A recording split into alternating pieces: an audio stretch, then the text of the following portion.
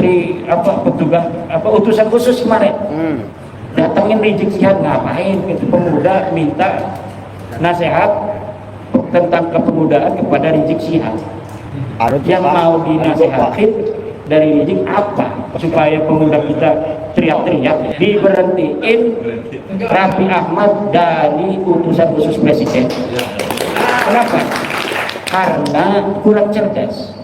Tesis yang telah terbantahkan itu sudah tidak bisa lagi dihusnudoni. Bagaimana kita husnudon aja sih Abah? Katanya bumi ini datar, buktinya kita tidak melayang-melayang, tidak jatuh, ini ada di bumi. Tidak bisa bos. Karena apa? Karena kesimpulan ilmiah bahwa bumi ini bulat sudah zahirun bayyinun la yuraddu, yang tidak bisa ditolak lagi. Sama bumi bulat itu dengan kesimpulan Balawi bukan cucu Nabi, yang tidak mungkin bisa dibantah lagi. Yang masih nerima akan terbantah sendiri oleh dirinya sendiri, hanya nunggu waktu. Nunggu kecewa aja sedikit ditempeleng sama Balawi, dia akan sadar. Atau dia motornya dipinjem nggak dikembaliin lagi, langsung itu saya ikut Kiai Madudin. Tinggal gitu aja. Hanya butuh sedikit kecewa untuk Muhyiddin, insya Allah akan sadar. Hanya butuh sedikit kecewa saja. Dalil tidak ada. Innaka la tahdi man ahbabta walakinnallaha yahdi man yasha. Nabi Muhammad kurang apa? Beliau adalah orang yang sangat dikasih Allah, Habibullah. Habib asli itu Rasulullah itu. Tapi tidak semua manusia di dunia mengikuti Rasulullah. Apalagi model Imaduddin Usman yang katanya kecilnya aja tahu, katanya sama Imad itu. Iya kecilnya tahu, saya kecil dulu sih. Kalau saya langsung besar nggak bakal ada orang yang tahu saya kecilnya gimana. Orang saya kecil dulu, manusia betul-betul terlihat oleh sekampung saya. Al-kreseku ya'lamuni, al-kreseku ya'rifuni, watangrangu ya'lafuni. Nggak bisa saya itu menutupi diri saya dari orang Kresek, dari orang Tangerang, karena seluruh orang Kresek Tangerang tahu saya. Nah, ini masalahnya. Ini kita harus banyak tantangan ini Abah Setu ini. Tapi bisa nggak Kiai dikaitkan dengan ayat tadi? Wa mayyat tabi'u apa namanya? Aktsaruhum illa dhanna inna dhanna la yubni minal haqqi syai'a. Dan itu kan Allah berkata tidak boleh kita itu kebanyakan manusia itu hanya hidup dari don. Sementara don itu kata Allah tidak berbeda, la yubni minal haqqi syai'a. Berkata selanjutnya wallahu alimun di situ. Berarti harusnya pakai ilmiah kan seharusnya. Ya itu kan perintah Allah sudah jelas. Jelas kan itu. Allah sudah jelas memerintahkan bahwa seluruh manusia itu tidak boleh mengikuti sesuatu yang dia tidak tahu. Itu berarti dibutuhkan ilmu. Iya.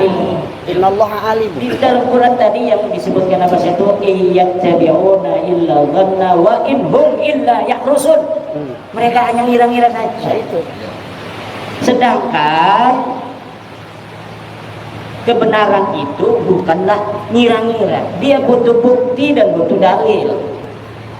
Dalilnya ada atau tidak ada. Kalau dalilnya sama sekali tidak ada, misal memang di abad keempat ketika Ahmad bin Isa itu hidup, sama sekali nggak ada kitab yang ditulis, sama sekali nggak ada yang ngomong Ahmad bin Isa.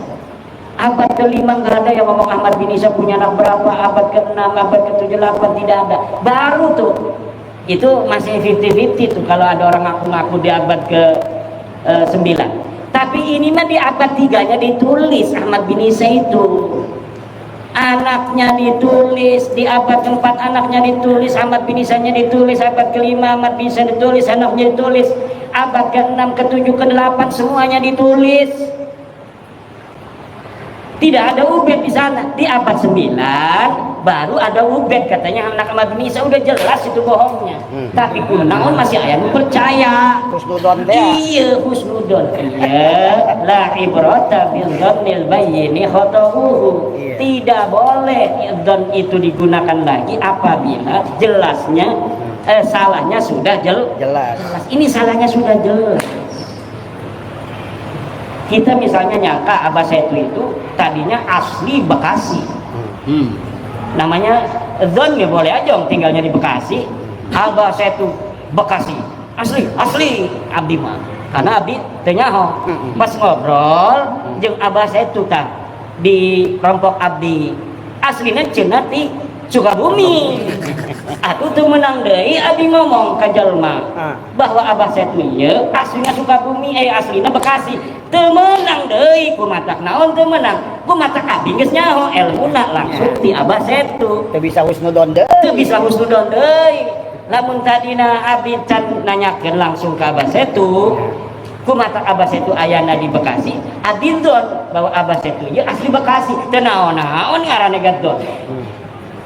Tapi ketika abah saya itu sudah ngomong saya aslinya dari Bekasi, dari Sukabumi, mantan dewan, masya Allah. Berarti sekarang sudah tidak boleh lagi kita ngomong abah saya itu orang Bekasi asli, lahir di sini. Kalau sekarang ya orang Bekasi. Kalau sekarang udah asli Bekasi. Kenapa asli Bekasi di sini? Ya tinggalnya di sini, istrinya di sini. Bukan. Berarti udah al-muhajir dong. Al-muhajir, abah saya itu al-muhajir ila Bekasi. Dan ini kalau ada yang rekam, ini hari ini jadi bukti nanti suatu masa, suatu saat bahwa abah Setu Setiawan As-Sukabumi summa al-Bekasi li'annahu hajara min Sukabumi ila Bekasi. Di sana tahun sekian ditulis. Nah, ini nanti sekarang sudah terpilih ini abah Setu sebagai ketua baru dari PILS Jawa Barat. Saya berharap adanya keterpilihan dari abah Setu ini akan membawa semangat baru bagi Jabar, dan tolong ini yang baru 13 kabupaten supaya jadi minimal 20 kabupaten dalam waktu 6 bulan.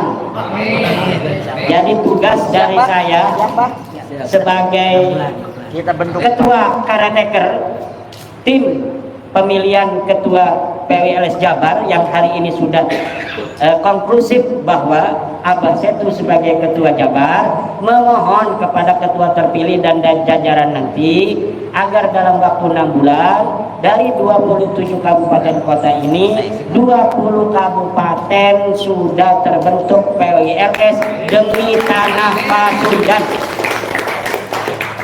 Karena ini lagi banyak tantangan ya di Pasundan, Bekasi, lautna aya nu ngajual cenah mager, aya nu mager di Tangerang aya eta, di Bekasi aya, di Tangerang 360 bidang laut disertifikat, di Bekasi 250 hektar laut disertifikat. Ini udah luar biasa ini. Apa tujuan mereka itu ya? Ingin laut dikuasai. Apa lebih murah dia itu ya? Kalau beli di Bekasi kan mahal itu di Bekasi tanah. Tapi di Tangerang kan masih murah itu tanah. Tapi mereka mau juga di laut. Padahal itu PIK 2 dia sudah beli tanah itu dimulai Kosambi sampai ke Muncung itu ribuan hektar tanah darat. Tanah darat ribuan hektar. Ada PSN nih 1.700 hektar mau diambil juga kan lumayan, dia tidak menyiapkan sarana sosial, sarana umum. Nanti sarana umumnya dari tanah PSN ini.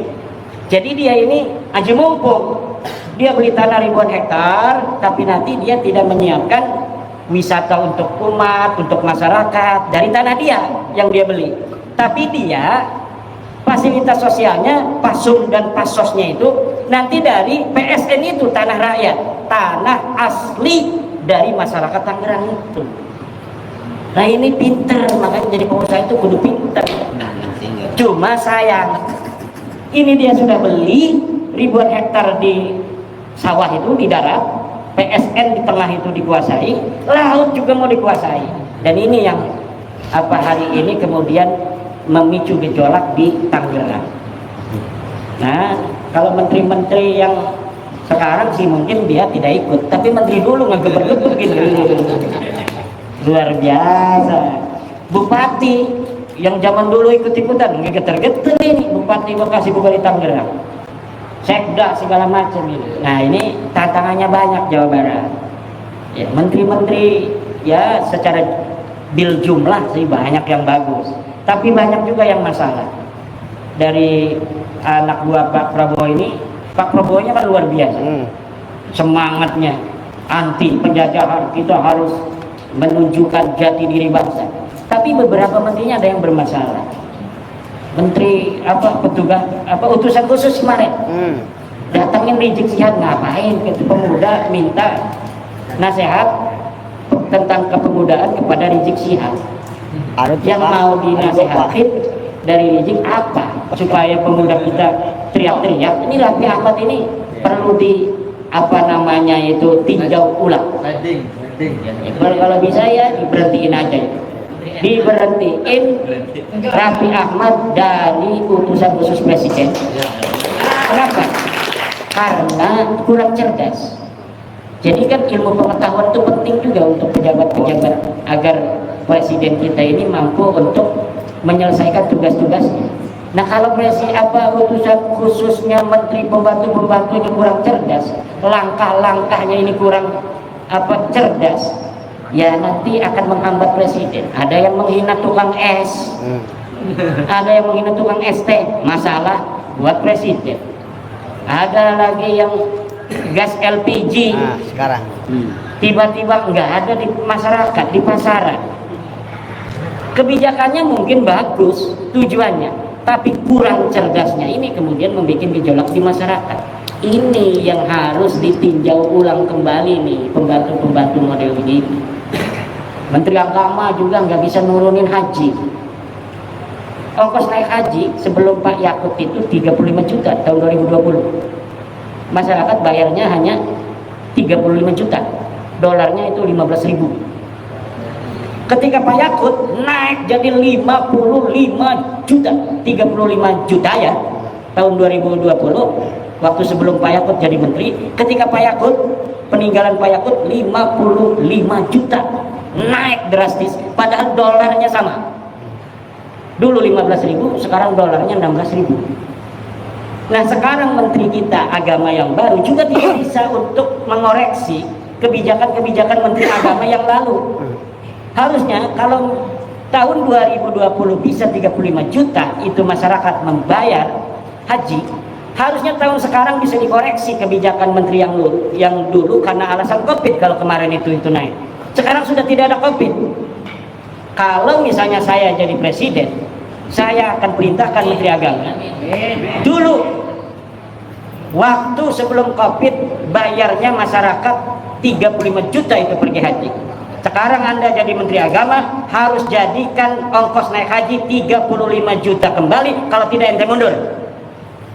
Karena menteri agama itu standar bahwa dia mampu untuk menjadi menteri agama atau tidak, itu yang paling terlihat adalah dari ongkos naik haji.